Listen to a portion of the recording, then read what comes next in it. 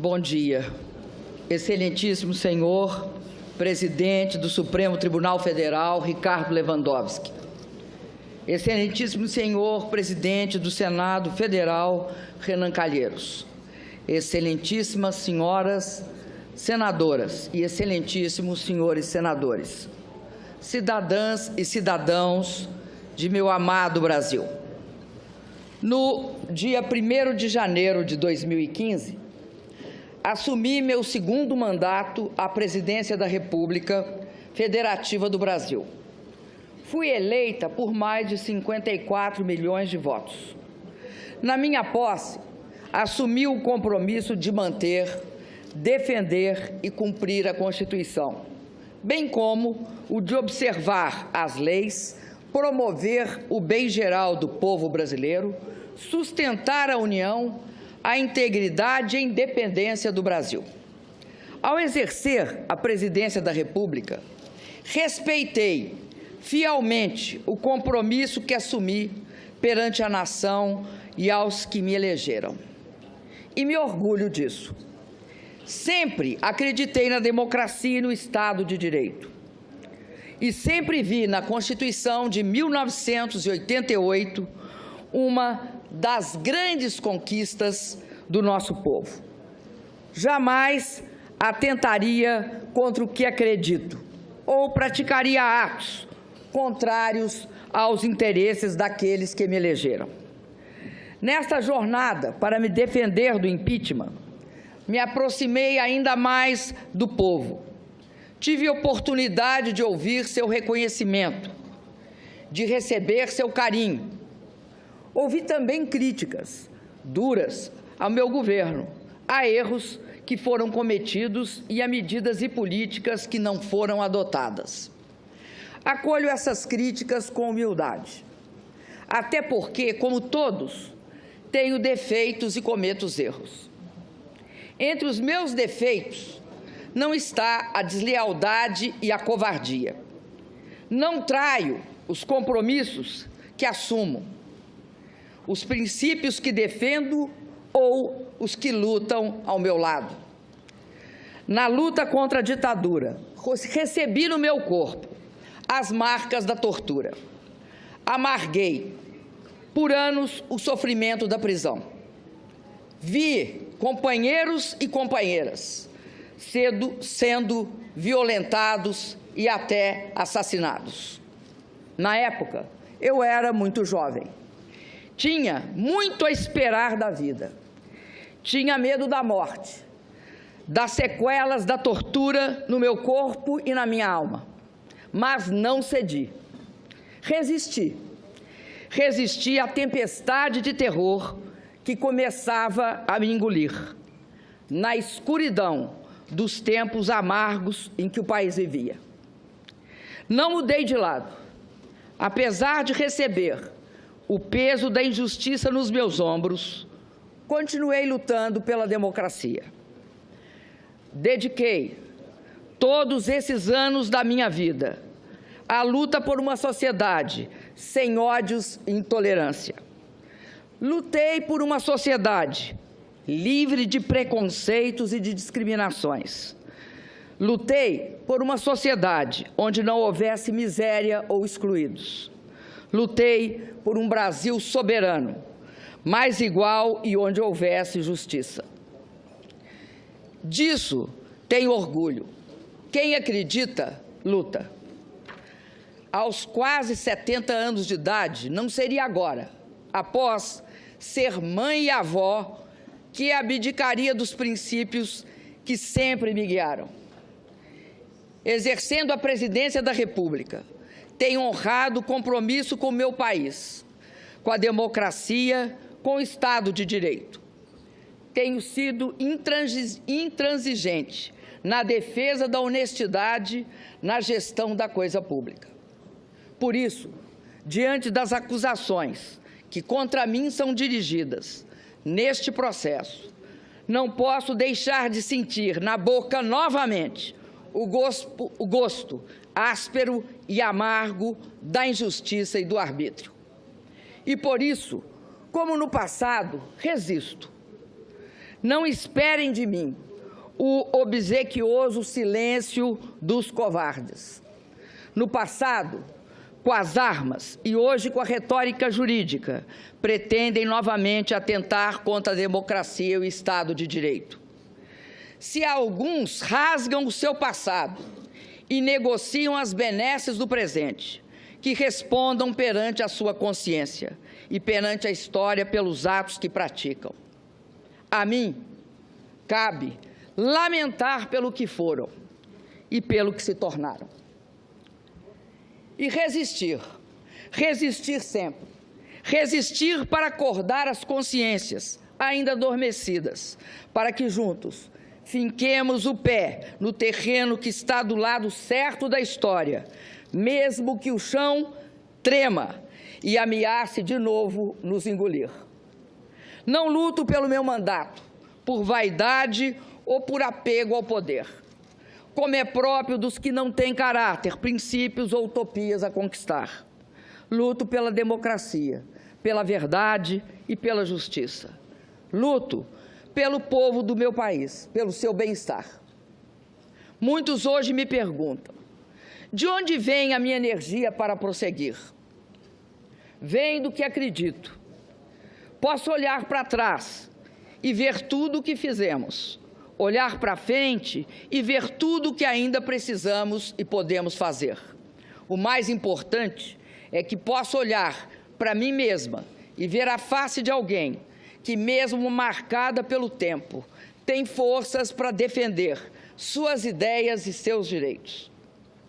Sei que em breve, e mais uma vez na vida, serei julgada. E é por ter a minha consciência absolutamente tranquila em relação ao que eu fiz no exercício da presidência da República, que venho pessoalmente à presença dos que me julgarão. Venho para olhar diretamente nos olhos de vossas excelências e dizer com a serenidade dos que nada têm a esconder que não cometi nenhum crime de responsabilidade. Não cometi os crimes dos quais sou acusada, injusta e arbitrariamente. Hoje, o Brasil, o mundo e a história nos observam e aguardam o desfecho desse processo de impeachment. No passado, da América Latina e do Brasil, sempre que interesses de setores da elite econômica e política foram feridos pelas urnas e não existiam razões jurídicas para uma destituição legítima, conspirações eram tramadas, resultando em golpes de Estado. O presidente Getúlio Vargas, que nos legou a CLT e a defesa do patrimônio nacional, sofreu uma implacável perseguição, a hedionda trama orquestrada pela chamada República do Galeão, que o levou ao suicídio. O presidente Juscelino Kubitschek, que construiu essa cidade, foi vítima de constantes e fracassadas tentativas de golpe, como ocorreu no episódio de Aragarças. O presidente João Goulart, defensor da democracia, dos direitos dos trabalhadores e das reformas de base, superou o golpe do parlamentarismo, mas foi deposto e instaurou-se a ditadura militar em 1964. Durante 20 anos, vivemos o silêncio imposto pelo arbítrio e a democracia foi varrida de nosso país. Milhões de brasileiros lutaram e reconquistaram o direito a eleições diretas. Hoje, mais uma vez, ao serem contrariados e feridos nas urnas os interesses de setores da elite econômica e política, nos vemos diante do risco de uma ruptura democrática. Os padrões políticos dominantes no mundo repelem a violência explícita. Agora, a ruptura democrática se dá por meio da violência moral e de pretextos constitucionais, para que se empreste aparência de legitimidade ao governo que assume sem o amparo das urnas.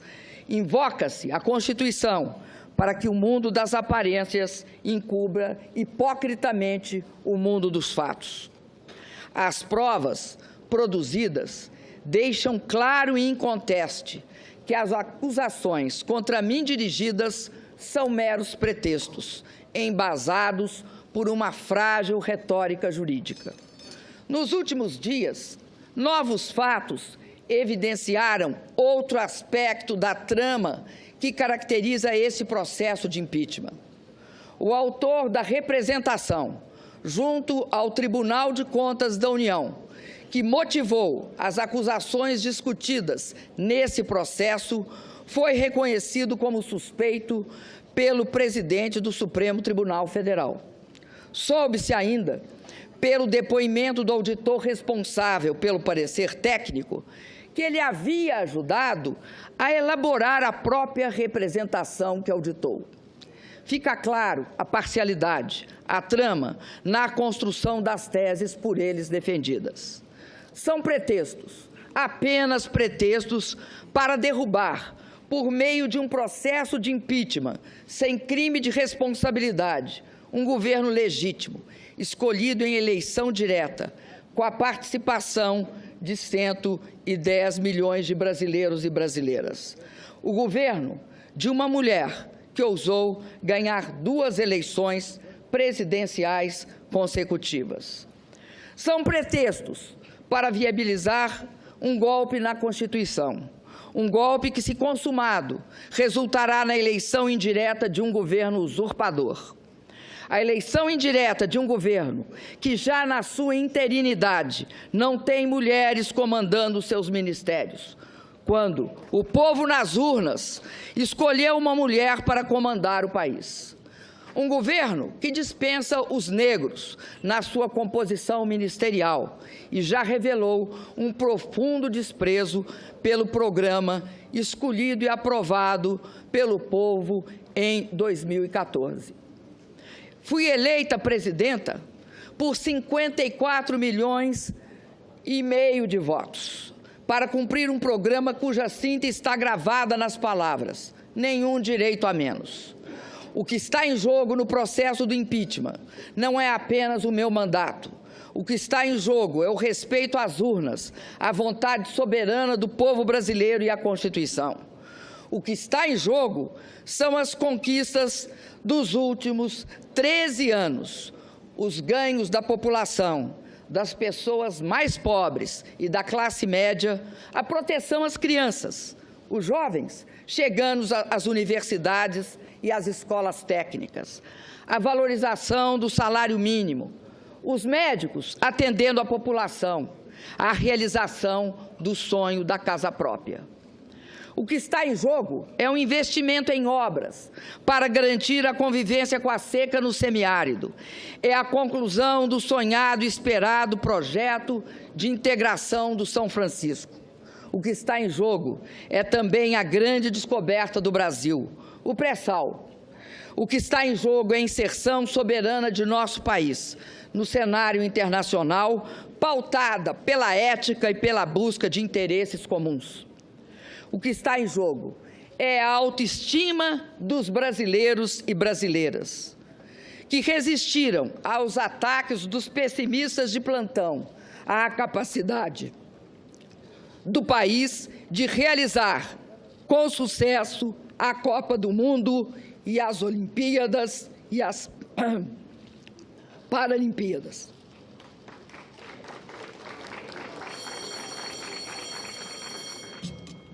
Peço que não se manifestem, por favor. Repito, o que está em jogo é a autoestima dos brasileiros e brasileiras, que resistiram aos ataques dos pessimistas de plantão, a capacidade do país de realizar com sucesso a Copa do Mundo e as Olimpíadas e as Paralimpíadas. O que está em jogo é a conquista da estabilidade que busca o equilíbrio fiscal, que busca o controle da inflação e não abre mão de programas sociais para a nossa população. O que está em jogo é o futuro do país, a oportunidade e a esperança de avançar sempre mais. Senhoras e senhores senadores, no presidencialismo previsto na Constituição, na nossa Constituição, não basta a eventual perda de maioria parlamentar para afastar um presidente. Há que se configurar crime de responsabilidade. E está claro que não houve tal crime.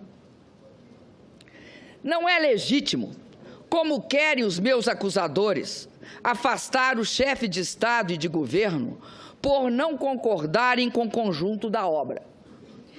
Quem afasta o presidente pelo conjunto da obra é o povo, e só o povo nas eleições. E nas eleições, o programa de governo vencedor não foi este agora instalado e desenhado pelo governo interino e defendido pelos meus acusadores. O que pretende o governo interino, se transmudado em efetivo, é um verdadeiro ataque às conquistas dos últimos anos. Desvincular o piso das aposentadorias e pensões do salário mínimo será a destruição do maior instrumento de distribuição de renda do país, que é a Previdência Social. O resultado será mais pobreza, mais mortalidade infantil e a decadência dos pequenos municípios pelo país afora. A revisão dos direitos e garantias sociais previstos na CLT e a proibição do saque do fundo de garantia na demissão do trabalhador são ameaças que pairam sobre a população brasileira, caso prospere o impeachment sem crime de responsabilidade. Conquistas importantes para as mulheres, os negros e as populações LGBT estarão comprometidas pela submissão a princípios ultraconservadores. O nosso patrimônio estará em questão, com os recursos e resultados do pré-sal, as riquezas naturais e minerárias, sendo fortemente ameaçadas e, em muitos casos, privatizadas. A ameaça mais assustadora desse processo de impeachment sem crime de responsabilidade é congelar, por inacreditáveis 20 anos, as despesas com saúde, educação, saneamento e habitação. É impedir que, por 20 anos, mais crianças e jovens tenham acesso às escolas, que, por 20 anos, as pessoas possam ter melhor atendimento à saúde, que, por 20 anos, as famílias possam sonhar com a casa própria. Senhor presidente Ricardo Lewandowski, senhoras e senhores senadores, a verdade é que o resultado eleitoral de 2014 foi um rude golpe em setores da elite conservadora brasileira. Desde a proclamação dos resultados eleitorais, os partidos que apoiavam o candidato derrotado nas eleições fizeram de tudo para impedir a minha posse e a estabilidade do meu governo. Disseram que as eleições haviam sido fraudadas, pediram auditoria nas urnas, impugnaram minhas contas eleitorais e, após a minha posse, buscaram de forma desmedida quaisquer fatos que pudessem justificar retoricamente um processo de impeachment.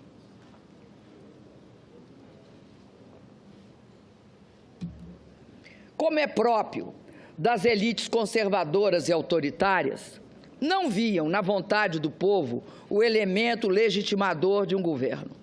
Queriam o poder a qualquer preço. Tudo fizeram para destabilizar a mim e ao meu governo. Só é possível compreender a gravidade da crise que assola o Brasil desde 2015, levando-se em consideração a instabilidade política aguda que, desde a minha eleição, tem caracterizado o ambiente em que ocorrem o investimento e a produção de bens e serviços. Não se procurou discutir e aprovar uma melhor proposta para o país. O que se pretendeu permanentemente foi a afirmação do quanto pior, melhor, na busca obsessiva de se desgastar o governo, pouco importando os resultados danosos desta desta questionável ação política para toda a população. A possibilidade de impeachment tornou-se assunto central da pauta política e jornalística, apenas 2 meses após minha reeleição, apesar da evidente improcedência dos motivos para justificar esse movimento radical. Nesse ambiente de turbulências e incertezas, o risco político permanente, provocado pelo ativismo de parcela considerável da oposição, acabou sendo um elemento central para a retração do investimento e para o aprofundamento da crise econômica. Deve ser também ressaltado que a busca de reequilíbrio fiscal, desde 2015, encontrou forte resistência na Câmara dos Deputados, à época presidida pelo deputado Eduardo Cunha. Os projetos enviados pelo governo foram rejeitados, parcial ou integralmente. Pautas bombas foram apresentadas e algumas aprovadas. As comissões permanentes da Câmara, em 2016, só funcionaram a partir do dia 5 de maio, ou seja, 1 semana antes da aceitação do processo de impeachment pela Comissão do Senado Federal. Os senhores e as senhoras senadores sabem que o funcionamento dessas comissões era e é absolutamente indispensável para a aprovação de matérias que interferem no cenário fiscal e possam encaminhar a saída para a crise. Foi criado, assim, o desejado ambiente de instabilidade política, propício à abertura do processo de impeachment sem crime de responsabilidade. Sem essas ações, o Brasil certamente estaria em uma situação melhor, política, econômica e fiscal do que está hoje. Muitos articularam e votaram contra propostas que durante toda a vida defenderam, sem pensar nas consequências que seus gestos trariam para o país e para o povo brasileiro. Queriam aproveitar a crise econômica, porque sabiam que assim que meu governo viesse a superá-la, sua aspiração de acesso ao poder haveria de ficar sepultada por mais um longo período. Mas, a bem da verdade, as forças oposicionistas somente conseguiram levar adiante o seu intento quando outra poderosa força política a eles se agregou. A força política dos que queriam evitar a continuidade da sangria de setores da classe política, motivada pelas investigações sobre a corrupção e o desvio do dinheiro público. É notório que durante o meu governo e o do presidente Lula foram dadas todas as condições para que as investigações fossem realizadas. Propusemos importantes leis que dotaram os órgãos competentes de condições para investigar e punir os culpados. Assegurei a autonomia do Ministério Público. Não permiti qualquer interferência política na atuação da Polícia Federal. Contrariei interesses. Por isso, paguei e pago um elevado preço pessoal pela postura que tive. Arquitetaram a minha destituição, independentemente da existência de quaisquer fatos que pudessem justificá-la perante a nossa Constituição. Encontraram na pessoa do ex-presidente da Câmara dos Deputados, Eduardo Cunha, o vértice da sua aliança golpista. Articularam e viabilizaram a perda da maioria parlamentar do governo. Situações foram criadas com o apoio escancarado de setores da mídia para construir o clima político necessário para a desconstituição do resultado eleitoral de 2014. Todos sabem que este processo de impeachment foi aberto por uma chantagem explícita do ex-presidente da Câmara, Eduardo Cunha, como chegou a reconhecer em declarações à imprensa um dos próprios denunciantes. Exigia aquele parlamentar que eu intercedesse para que deputados do meu partido não votassem pela abertura do seu processo de cassação. Nunca aceitei na minha vida ameaças ou chantagens. Se não o fiz antes, não o faria na condição de presidenta da República. É fato, porém, que não ter me curvado a esta chantagem motivou o recebimento da denúncia por crime de responsabilidade e a abertura deste processo. Se eu tivesse me acompliciado com a improbidade e com o que há de pior na política brasileira, como muitos até hoje parecem não ter o menor pudor em fazê-lo, eu não correria o risco de ser condenada injustamente. Quem se acumplicia ao imoral e ao ilícito não tem respeitabilidade para governar o país. Quem age para poupar ou adiar o julgamento de uma pessoa que é acusada de enriquecer às custas do Estado brasileiro e do povo, que paga impostos, cedo ou tarde acabará pagando perante a sociedade e a história o preço de seu descompromisso com a ética. Tem, e todos sabem, muito orgulho. Todos sabem que não enriqueci no exercício de cargos públicos, que não desviei de dinheiro público em meu governo, em benefício próprio, nem de meus familiares, e que não possuo contas ou imóveis no exterior. Sempre agi com absoluta probidade nos cargos públicos que ocupei ao longo da minha vida. Curiosamente, serei julgada por crimes que não cometi. Antes do julgamento do ex-presidente da Câmara, acusado de ter praticado gravíssimos atos ilícitos e que liderou as tramas e os ardis que alavancaram as ações voltadas à minha destituição. Ironia da história? Não, de forma nenhuma. Trata-se de uma ação deliberada, que conta com o silêncio cúmplice de setores da grande mídia brasileira. Viola-se a democracia e pune-se uma inocente. Este é o pano de fundo que marca o julgamento que será realizado pela vontade dos que lançam contra mim pretextos acusatórios infundados. Estamos a um passo da consumação de uma grave ruptura institucional. Estamos a um passo da concretização de um verdadeiro golpe de Estado.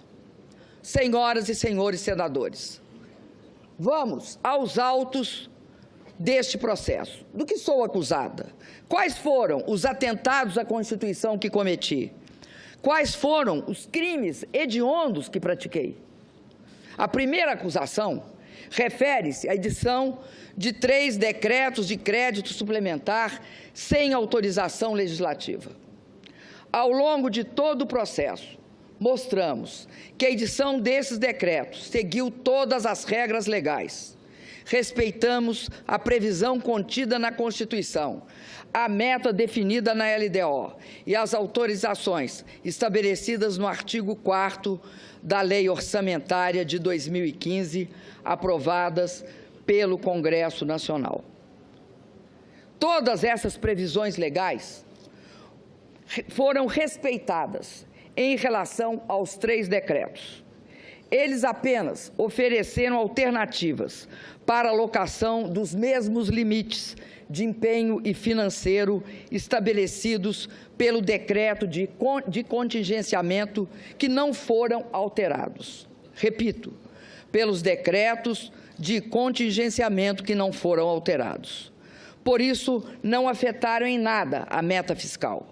Ademais, em 2014, por iniciativa do próprio Executivo, o Congresso aprovou a inclusão na LDO da obrigatoriedade que qualquer crédito aberto deve ter sua execução subordinada ao decreto de descontingenciamento editado segundo as normas estabelecidas pela Lei Complementar de Responsabilidade Fiscal. E isso foi precisamente respeitado. Não sei se por incompreensão ou por estratégia, as acusações feitas nesse processo buscam atribuir a esses decretos nossos problemas fiscais. Ignoram ou escondem que os resultados fiscais negativos são consequência da desaceleração econômica e não a sua causa. Escondem que, em 2015, com o agravamento da crise, tivemos uma expressiva queda de receita ao longo de todo o ano.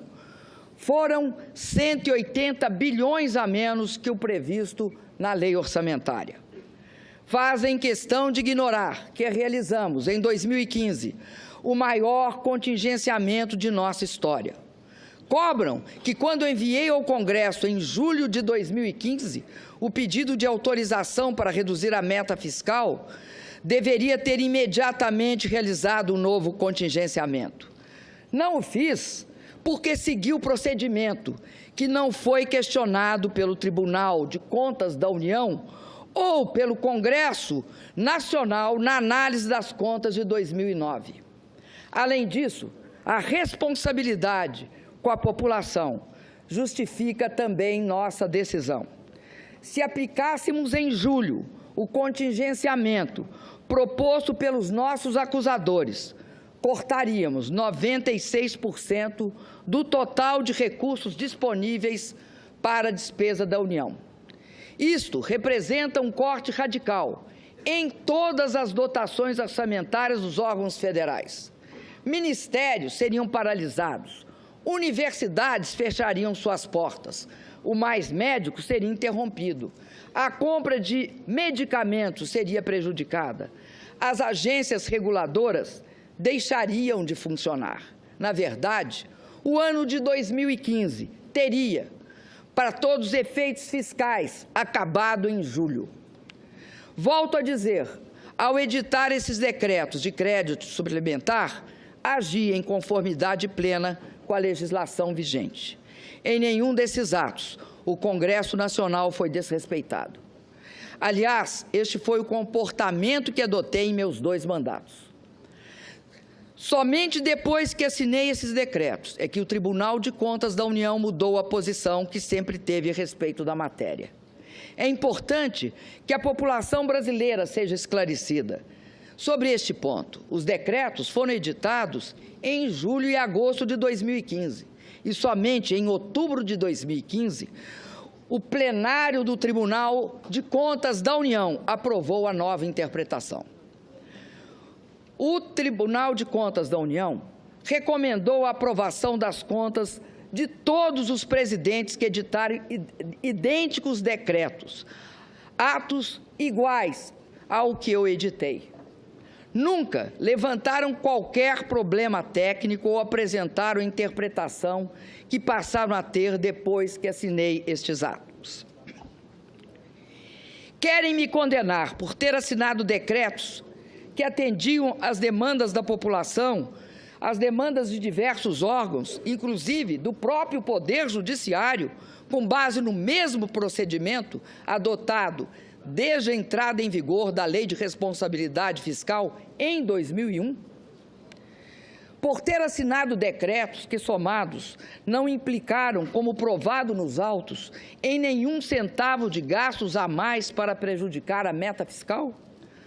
A segunda denúncia dirigida contra mim neste processo também é injusta e frágil.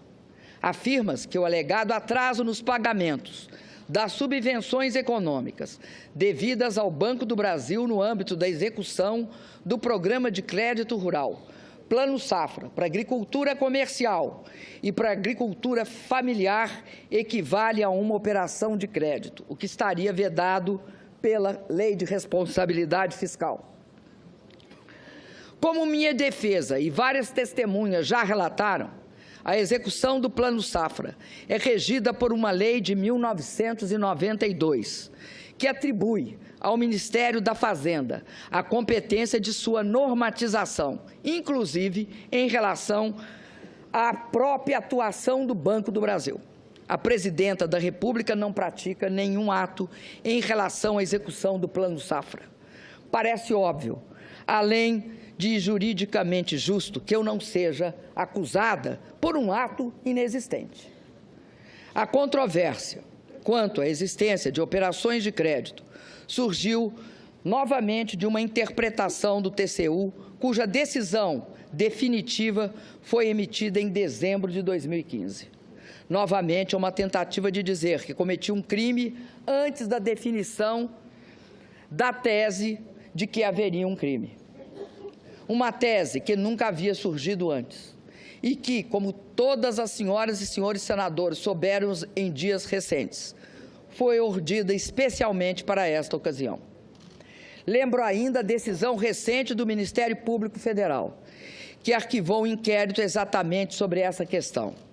Afirmou não caber falar em ofensa à lei de responsabilidade fiscal, porque eventuais atrasos de pagamento em contratos de prestação de serviço entre a União e instituições financeiras públicas não são operações de crédito. Insisto, senhoras senadoras e senhores senadores, não sou eu, nem tampouco minha defesa, que fazemos estas alegações. É o Ministério Público Federal que se recusou a dar sequência ao processo pela inexistência de crime. Sobre a mudança de interpretação do TCU, lembro que ainda antes da decisão final, agi de forma preventiva. Solicitei ao Congresso a autorização para pagamento dos passivos e defini em decreto prazos de pagamento para as subvenções devidas. Em dezembro de 2015, após a decisão definitiva do TCU e com autorização do Congresso, saldamos todos os débitos existentes. Não é possível que não se veja aqui também o arbítrio desse processo e a injustiça também desta acusação. Esse processo de impeachment não está praticando a justiça. Eu não atentei em nada, em absolutamente nada, contra qualquer dos dispositivos da Constituição que, como presidenta, jurei cumprir. Não pratiquei ato ilícito. Está provado que não agi dolosamente em nada. Os atos praticados estavam inteiramente voltados ao interesse da sociedade. Nenhuma lesão trouxeram ao erário ou ao patrimônio público. Volto a afirmar, como fez a minha defesa durante todo o tempo, que este processo está marcado, do início ao fim, por um clamoroso desvio de poder. É isso que explica a absoluta fragilidade das acusações que contra mim são dirigidas.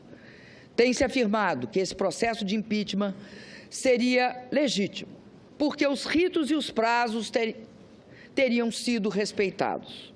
No entanto, para que seja feita justiça e a democracia se imponha, a forma só não basta.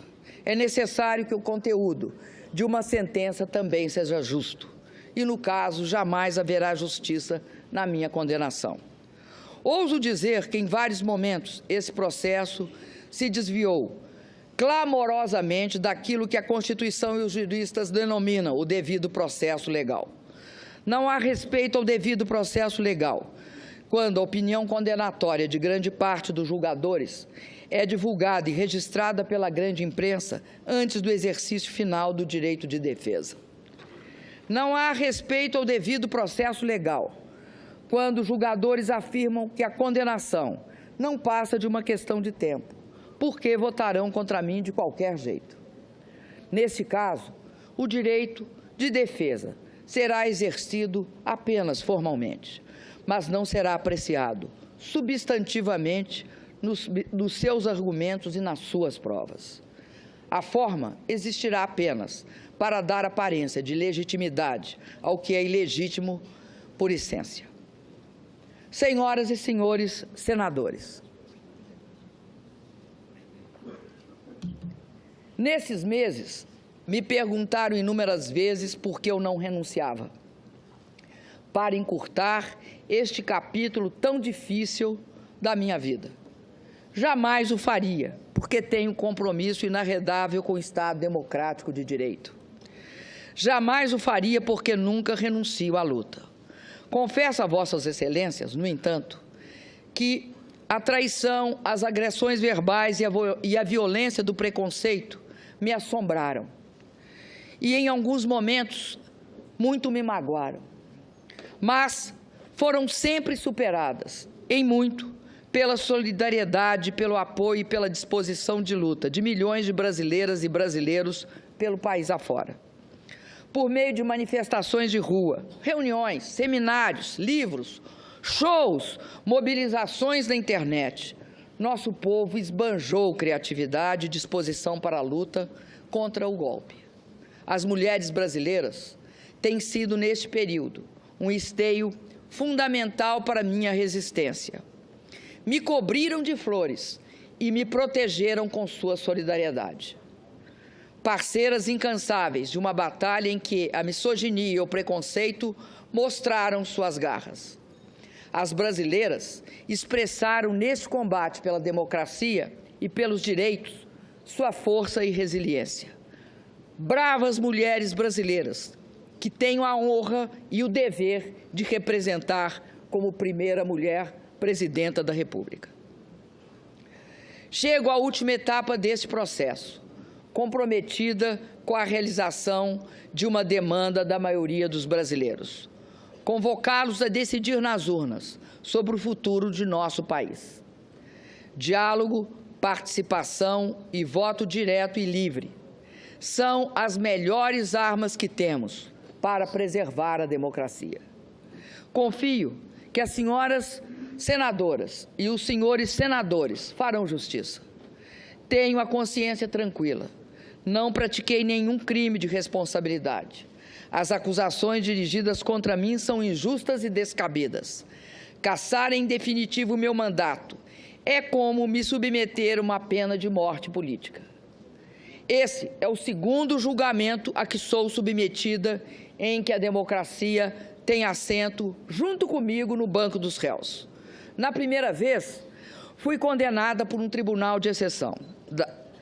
Daquela época, além das marcas dolorosas da tortura, ficou o registro em uma foto da minha presença diante dos meus algozes, no momento em que eu os olhava, de cabeça erguida, enquanto eles escondiam os rostos com medo de serem reconhecidos e julgados pela história.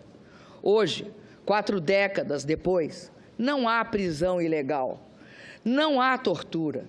Meus julgadores chegaram aqui pelo voto, mesmo voto popular que me conduziu à presidência.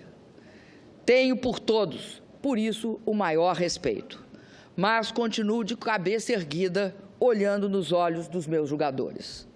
Apesar das diferenças, das grandes diferenças, sofro de novo com o sentimento de injustiça e o receio de que, mais uma vez, a democracia seja condenada junto comigo. E não tenho dúvida que também, desta vez, todos nós seremos julgados pela história. Por 2 vezes, vi de perto a face da morte. Quando fui torturada por dias seguidos, submetida a sevícias que nos faziam duvidar da humanidade e do próprio sentido da vida. E quando uma doença grave e extremamente dolorosa poderia ter abreviado a minha existência. Hoje, eu só temo a morte da democracia, pela qual muitos de nós, aqui neste plenário, lutamos com o melhor dos nossos esforços. Reitero, respeito os meus julgadores. Não nutro rancor por aqueles que votarão pela minha destituição.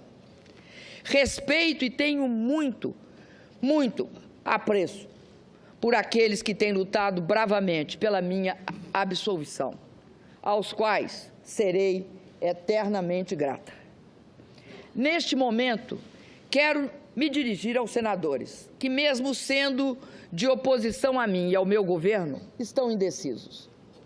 Lembrem-se que no regime presidencialista e sob a égide da nossa Constituição, uma condenação política exige obrigatoriamente a ocorrência de um crime de responsabilidade, cometido dolosamente e comprovado de forma cabal. Lembrem-se do terrível precedente que a decisão pode abrir para outros presidentes que virão, governadores e prefeitos, atuais e futuros. Condenar sem provas substantivas, condenar um inocente. É esse o precedente. Faço um apelo final a todos os senadores. Não aceitem um golpe que, em vez de solucionar, agravará a crise brasileira. Peço que façam justiça a uma presidente honesta, que jamais cometeu qualquer ato ilegal na vida pessoal ou nas funções públicas que exerceu. Votem sem ressentimento. O que cada senador sente por mim e o que nós sentimos uns pelos outros importa menos, neste momento, do que aquilo que todos nós sentimos pelo país e pelo povo brasileiro. Peço, votem contra o impeachment, votem pela democracia. Muito obrigada.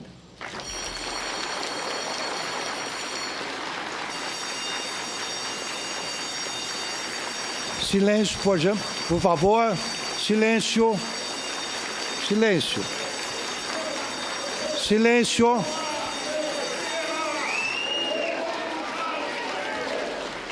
Silêncio. Silêncio.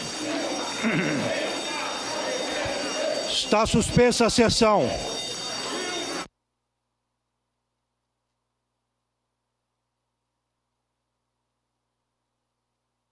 O Brasil tem mais de 5.500 municípios. O maior é Altamira, no Pará, com área maior do que a do estado de Santa Catarina. O mais populoso é São Paulo, com mais de 11 milhões de habitantes. Já em Serra da Saudade, Minas Gerais, moram pouco mais do que 800 pessoas. E todos esses brasileiros são representados pelos 81 senadores. Senado Federal, a Casa da Federação, a Casa do Brasil. Até o dia 15 de setembro, você pode opinar sobre violência contra o idoso no Brasil. Vá à página senado.leg.br. No canto inferior, você verá a enquete. Clique e você será direcionado a uma página do Data Senado. Sua opinião é muito importante para nós. Agora é lei. Fazer revista íntima em mulheres em seus ambientes de trabalho é proibido. Empresas que infringirem a nova regra podem sofrer multa de R$20 mil. Em caso de reincidência, esse valor pode dobrar. O Senado votou. Agora é lei. Tem coisas que só as pessoas que trabalham no campo sabem. A gente pode controlar as máquinas, mas não controla os ventos, não controla as chuvas, não controla o clima, nem o resultado da nossa colheita. Então, como é que a gente vai controlar uma queimada durante as...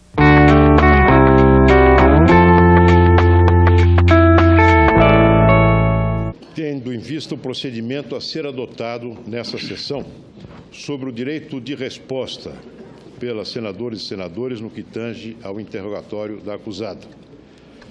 Ficou estabelecido, senhor presidente, como um acordo entre todos nós, no item 18 do roteiro do julgamento, que cada senador terá até 5 minutos para formular perguntas à senhora presidente. Ocorre, presidente Lewandowski, que não existe qualquer previsão sobre o direito de resposta das senadoras e senadores em caso de serem nominalmente citados ou de modo detrimentoso ou para esclarecimento de fato que lhe tenha sido atribuído, bem como na eventualidade de agressões verbais que sejam proferidos. Sabe-se que a Lei 10.079 e o Código de Processo Penal são silentes sobre o tema, restando, nesse caso, a aplicação subsidiária do conhecido artigo 14 do nosso regimento interno, que é muito claro ao estabelecer o referido dispositivo que, nos casos supracitados, o senador terá 5 minutos para a devida manifestação. Assim, aguardo manifestação de Vossa Excelência no sentido de estabelecer o procedimento previsto no regimento interno do Senado, se esses casos vierem a ocorrer.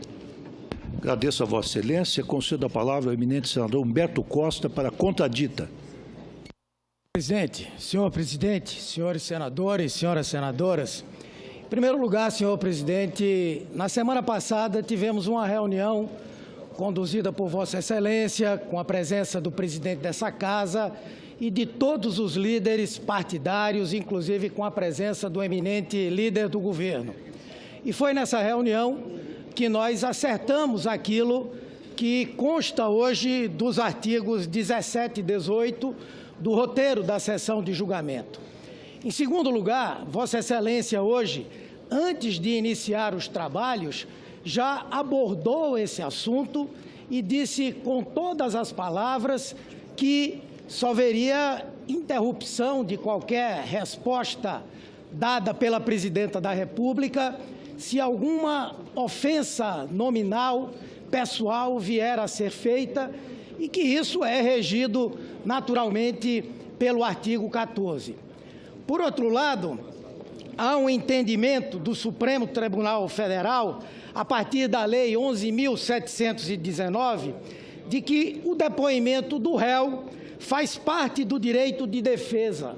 Não se trata de um debate entre réu e jurados ou juízes. Portanto, também não cabe essa proposição.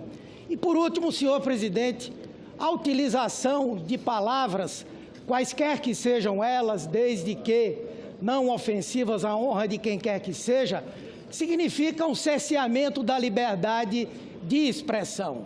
Aliás, a presidenta Dilma já sofreu uma interpelação judicial por parte de deputados da oposição, da antiga oposição, para que ela explicasse o que queria dizer com a palavra golpe. A presidenta respondeu e essa interpelação foi arquivada. Portanto, qualquer tentativa de inibir a palavra da presidenta ou dos senadores aqui presentes, na nossa opinião,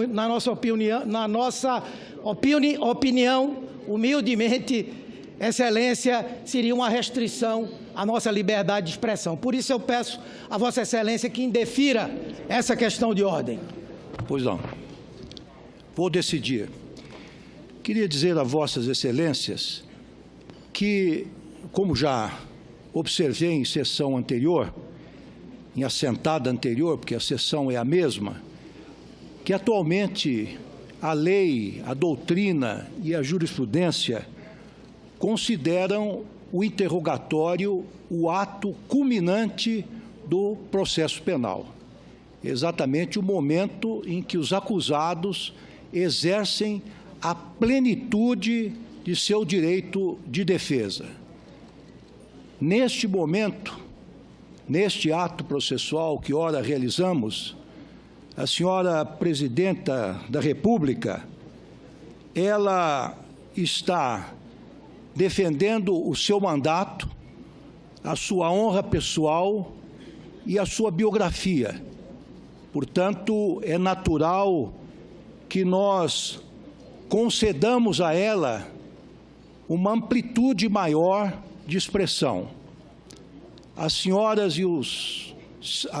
senadoras e os senhores senadores aqui exercem o papel de juízes, não são acusadores, não são acusadores. A acusação está sendo competentemente exercida pelo professor Miguel Reale e pela professora Janaína Pascoal. Os juízes naturais, senadoras e senadores, formularão as suas questões de forma objetiva, de forma sóbria, de forma imparcial e de forma contida, circunscritos à acusação ou às duas acusações formuladas no libelo.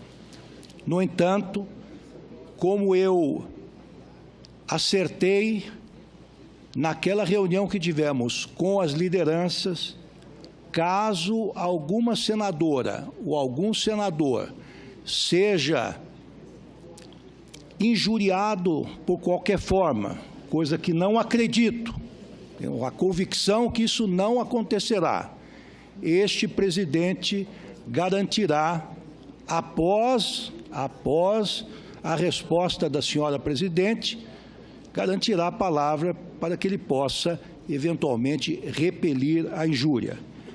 Queria dizer também a Vossas Excelências que o artigo 14, inciso 8º do Regimento Interno, neste caso, não se aplica integralmente.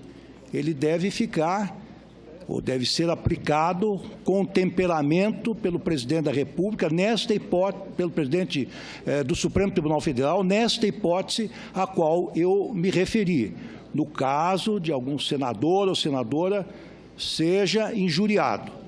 Por que ele não se aplica integralmente? Primeiro, porque o regimento interno desta Casa estabelece que o artigo 14, inciso 8º, só pode ser utilizado 2 vezes por sessão, até para evitar que estas manifestações, com base no artigo 14, se repitam indefinidamente. Não obstante isso, a critério desta presidência, e que exercerá esse critério, essa discricionariedade, tenho certeza,